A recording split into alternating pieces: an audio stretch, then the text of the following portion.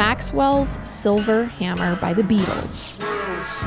Jake went to Home Depot and bought a 10-pound sledgehammer. Holy crap. When he got home, Pamela hand drew him a map of how to get to Michael's West 57th Street, where he both lived and worked. So the following morning, Jake wakes up early. He laid in bed as Pamela stroked his back, fed him words of encouragement. Remember, they're cousins. She told him how much she loved him, how he was saving their lives, and how life was going to get better once Michael was, quote, terminated. She gave Jake a knife to take along with that duffel bag filled with his 10-pound sledgehammer and that hand-drawn map. She even told Jake what song she wanted him to play when the murder was committed. Maxwell's Silver Hammer by the Beatles.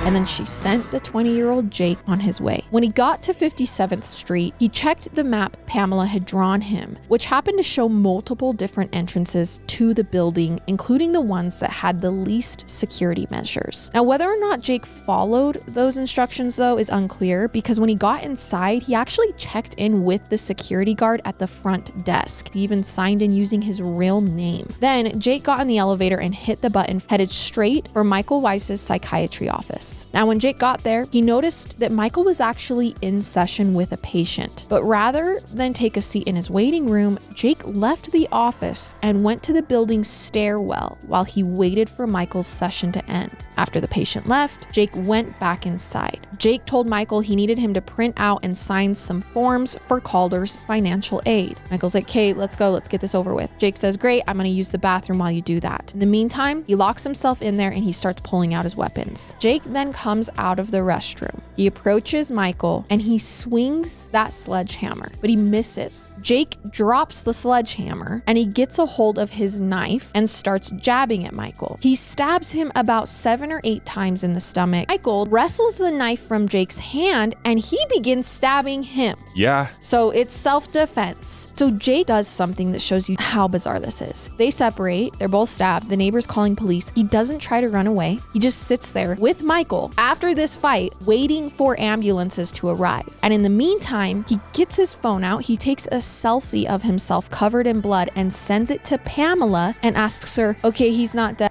Like, I'm just sitting here. The police are coming. What should I do?"